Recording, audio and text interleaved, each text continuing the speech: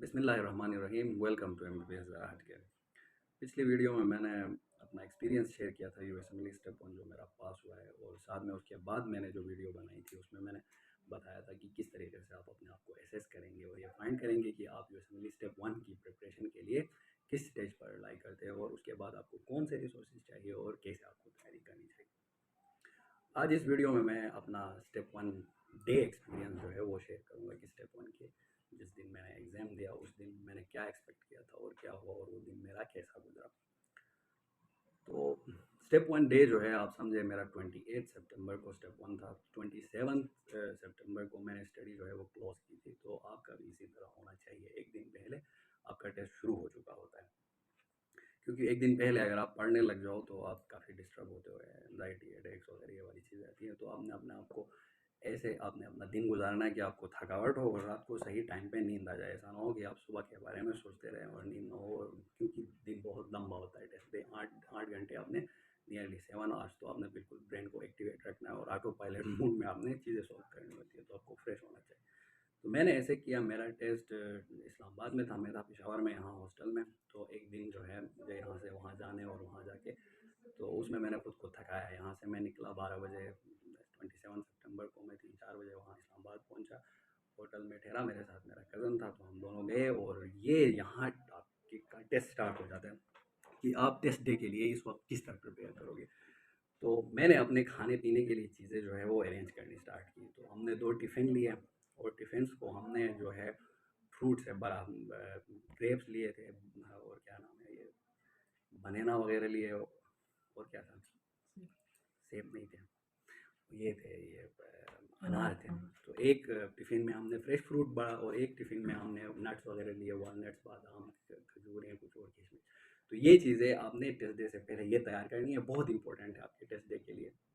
क्योंकि आप अगर जो है दो दरमियान में ब्रेक लोगे और कुछ खाओगे जिसमें कार्बोहाइड्रेट ज़्यादा है, तो उससे आपका पूरा जो है ब्लड फ्लो जीआई की तरफ जाएगा, पैरासिम्पैथेटिक सिस्टम एक्टिवेट होगा, आप नींद में होगे, आपका ब्रेन काम नहीं करेगा। तो इसलिए मैंने ये चीज़ें ली थी। नट्स जो मुझे एनर्जी प्रोवाइड करती मेरे ब्रेन को क्विकली, प्रोटीन है उसमें, कार्ब वगैरह है, लेकिन आपके जीआई ट्रैक पे हैवी नहीं होते। तो ये मेरा बेस्ट अप्रोच था। एक मैं नॉर्मली रेड बुल यूज़ करता था, तो आप भी एक ऐसा एनर्जी ड्रिंक जो आप नॉर्मली यूज़ करते हैं वो ले लें। मैंने एक जार लिया था जो चीज़ को ठंडा रखता है। मुझे नहीं पता था कि वहाँ पे कोई फ्रिज अवेलेबल होगी या नहीं होगी, इसलिए मैंने उसमें 2 रेड बुल भर लिए, रात को ही भर के बंद करके रखा। तो लेकिन वहाँ पे फ्रिज होता है तो आप अपने साथ जो भी ले जाएँ वहाँ फ्रिज में रख सकते हैं। तो इस तरह मैंने तैयारी की और रात को जो है हम गए बाहर दूर खाना खाने। पहले तो ये चीज़ें खरीदने वाली चीज़ बराबर करनी ही मुझे काफ़ी थकावट हुई। मैं यहाँ से इस्लामाबाद गया था, उससे भी मैं काफ़ी थक गया था।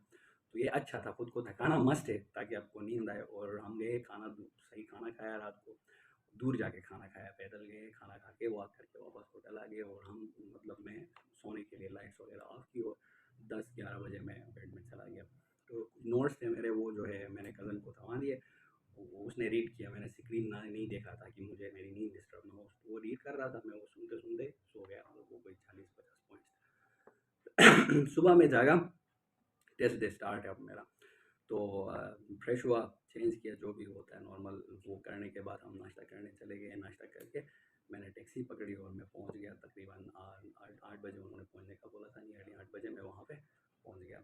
तो उन्होंने हमें तकरीबन छोड़ा, कोई 20 मिनट बाद उन्होंने गेट खोला और इंटर होने दिया।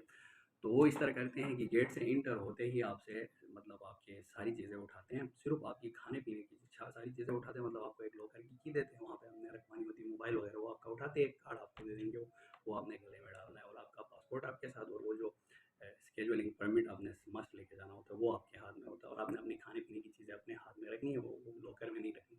लेके आप जाते हो, वहाँ पे वेटिंग एरिया है, टेस्ट सेंटर के अंदर इंटर हो जाते हो, वहाँ पे वेटिंग एरिया है, वहाँ पे काउचेज़ वगैरह लगे हैं, फ्रिज है वहाँ पे, टॉयलेट है, आपके लिए सारी चीज़ें अवेलेबल है, पानी वहाँ पे होता है।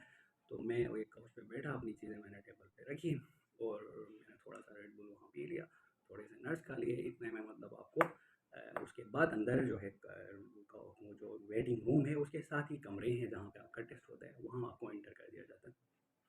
तो मेरी जब बारी आ गई, मुझे लेके गए। वो इस तरह करेंगे, आपका सब कुछ जो है चेक करते हैं। आपको पहले आपको स्कैन करते हैं, साथ में आपका जो पासपोर्ट है, स्केजुअलिंग परमिट है, वो स्कैन करते हैं और पूरा प्रोसेस होता है। आपकी तलाशी लेते हैं, चश्मे उतार के वो देखेंगे, कान वगैरह देखेंगे, कुछ भी नहीं देते आपको, सिर्फ आपका पासपोर्ट और स्केजुअलिंग परमिट आपके साथ होता है। तो उसके साथ आपको एंटर कर देंगे। आप जब अंदर जाओगे, प्रोमोटिक सेंटर है, वहाँ पे टेस्ट का वो डिस्प्ले लगा होगा, आपको चेयर मिलेगी, वहाँ बैठ जाओगे और आप टेस्ट स्टार्ट कर लोगे। जो ही आप टेस्ट स्टार्ट कर लोगे, इंटर होते वक्त थोड़ा बंदा एंशियस होता है, लेकिन जब बैठ जाते हो, टेस्ट स्टार्ट करते हो, तो एक काउंटडाउन स्टार्ट होता है 8 आवर्स से। वो कंटिन्यूअसली बस आपके टेस्ट स्टार्ट करने के बाद वो काउंटडाउन स्टार्ट होता है और वो 8 आवर्स का क्लॉक वो चलता रहेगा, ठीक है। 8 आवर्स में आपने वो 7 जो ब्लॉक है वो ख़त्म करने। तो अब आपका वो पहला ब्लॉक से पहले वो ब्लॉक होता है, क्या नाम बोलते हैं उसको, ट्यूटोरियल वाला ब्लॉक, 15 मिनट्स। तो मैंने ऐसा किया, मेरा टेस्ट डे जो था वो बहुत परफेक्ट गया था। मुझे अपनी तैयारी पे इतना वो नहीं था, और टेस्ट देने के बाद मुझे टेस्ट मेरा कैसा हुआ है उस पे मैं अलग बात करूँगा। उस पे मैं श्योर नहीं था, लेकिन मैं श्योर ये था कि मैंने टेस्ट डे बहुत ज़बरदस्त गुजारा है। यहाँ से ये बातें बहुत इंपॉर्टेंट है आपके लिए। आपने पहले इस तरह करना है कि वो ट्यूटोरियल जो ब्लॉक है उसको ओपन करना है। उसमें मैंने 3 मिनट नियरली गुजारे, क्योंकि मेरा वो एनजाइटी वगैरह कम हो जाए, और वो जो क्या नाम है पीछे वो जो फेस है वो समझने के लिए, क्योंकि वर्ड जैसा वो होता है, वर्ड या एम्बोस आप एग्जाम मोड में जो करते हो तो वो जो आता है उसी तरह। तो 3 मिनट नियरली मैंने, और उस वक्त आपने अपने हैंड फ्री वगैरह चेक करने हैं, वहाँ पे जो हैंड फ्री लगे हैं उनकी आवाज़ वगैरह टेस्ट करनी है, वो मैंने किया, और 3 मिनट में मेरी एनजाइटी भी थोड़ी सी कम हो गई। अब मैंने उसको 3 मिनट ट्यूटोरियल वाले ब्लॉग में गुजर गए, 15 मिनट पे उसका पूरा टाइम होता है। अब मैंने उसको स्किप कर दिया ना, स्किप करके एंड कर दिया, तो मेरे उसमें से कोई 12 मिनट बच गए वो ब्रेक टाइम में इंटर। वो 8 आवर वाला क्लॉक जो है वो काउंटडाउन चलता रहता है आपका। एक बार टेस्ट स्टार्ट हो, आपने इंटर किया है, तो वो चलता रहता है। तो आपने वहाँ पे वो इंटर करना होता है, कोई आपका कोई वो नंबर होता है, पता नहीं CIN नंबर, वो इंटर करना होता है। इंटर करने के बाद आप इस तरह कर सकते हो, उसको डबल क्लिक करो, पूरे को सेलेक्ट कर लो, उसको कंट्रोल C करके रखो, तो ब्रेक पर जब आप जाते हो वापस आते हो उसको कंट्रोल भी कर दो, सारा वापस आ जाता है, आपको बार बार लिखने की जरूरत नहीं पड़ती। ये मस्ट है, क्योंकि इससे आपका टाइम बचेगा। अगर आप कंट्रोल C करके उसको कॉपी नहीं रख के जाते हो, ये उससे ट्यूटोरियल से पहले की बात है, जब आप इंटर होते हो तब CIN नंबर लिखना है आपने, उसको कंट्रोल C करना है, सिलेक्ट करके कंट्रोल A करोगे, सिलेक्ट ऑल होगा, और फिर सिलेक्ट हो जाएगा, कंट्रोल C करोगे वो कॉपी हो जाएगा, अब वो रहेगा उधर।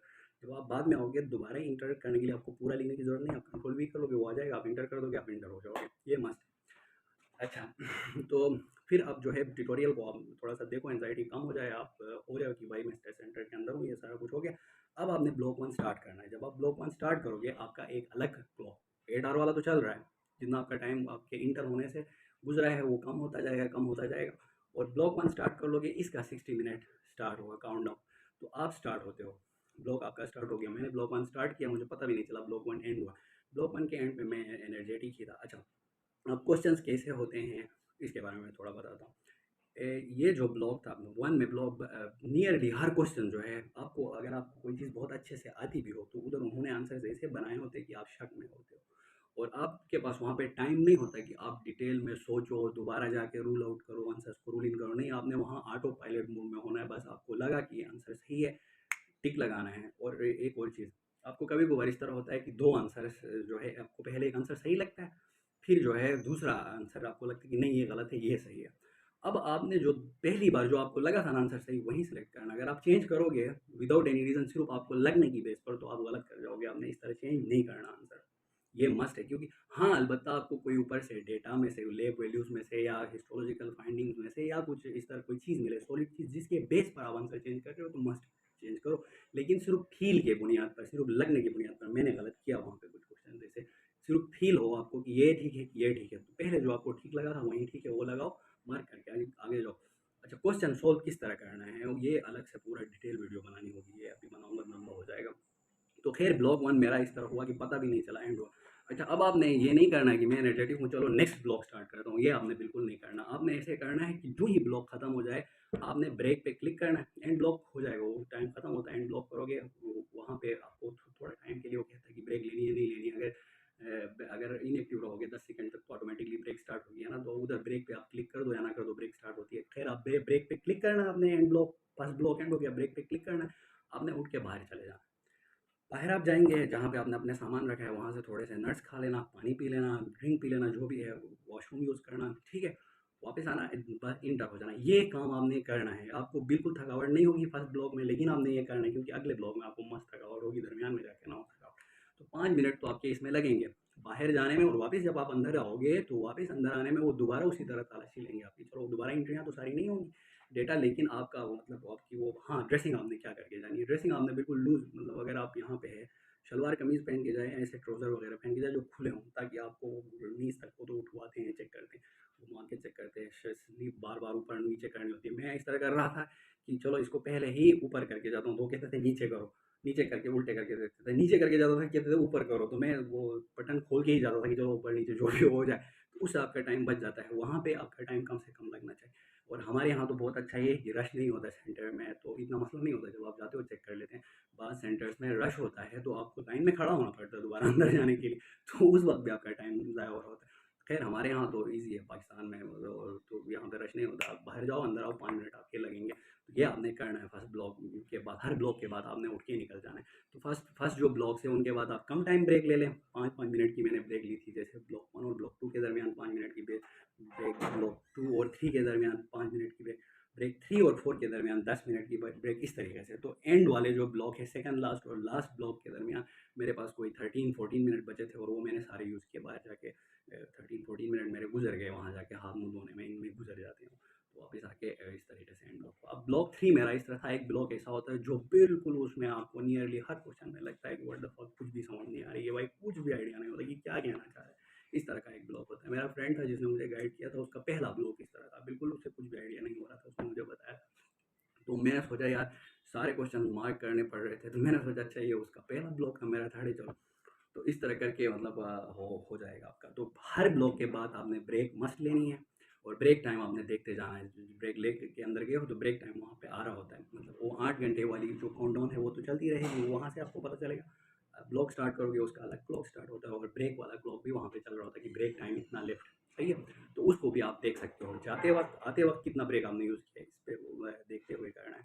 और टेस्ट डे के बाद से लेकर रिजल्ट तक मेरी फीलिंग क्या रही वो तो सही डिटेल में डिस्कस करने की बात है, लेकिन टेस्ट जब मैं देके निकला तो बस मुझे कुछ भी नहीं समझ आ रहा था कि मेरा टेस्ट कैसा हुआ, मतलब टेस्ट जो हुआ वो जो मैंने दिया वो कैसा हुआ। बाकी टेस्ट मैंने ऑर्गेनाइज जो किया था वो बेस्ट रहा था, और यही आप करोगे बेस्ट रहेगा, आपके लिए भी बेस्ट होगा। और पिछले ब्लॉग में क्या हुआ ये नहीं सोचना कि पिछले ब्लॉग में कितने क्वेश्चन राइट हुए रॉन्ग हुए, नहीं, बस हुए, जो ब्लॉग हुआ वो हुआ। आप बाहर आओगे, ब्रेक करोगे, वापस अंदर जाओगे, नेक्स्ट ब्लॉग स्टार्ट करोगे और सोल्व करना स्टार्ट। क्वेश्चन सोल्व पे मैं अलग वीडियो बनाऊंगा, नेक्स्ट वाली बनाऊंगा। बाकी चलो, टेस्ट के बाद मुझे जो फीलिंग थी वो ये कि टेस्ट के बाद मुझे इतना पता था कि टेस्ट से मैंने बहुत अच्छा यूटिलाइज़ किया है, लेकिन टेस्ट मेरा कैसा हुआ इसके बारे में मुझे कोई आइडिया नहीं था। मुझे लग रहा था कि मैं तो फेल हूँ, क्योंकि मुझे किसी आंसर पे मैं श्योर नहीं था कि इस तरह क्वेश्चन मुझे याद हो कि यार ये वाला क्वेश्चन मेरा 100% ठीक है। तो टेस्ट डे के बाद मैं घर कॉल की, मैं बस में था, तो अब्बू ने मुझसे पूछा कि टेस्ट कैसा हुआ, मैंने कहा मुझे नहीं पता मेरा ब्रेन शट डाउन है, मुझे कोई आइडिया नहीं कि टेस्ट कैसा हुआ।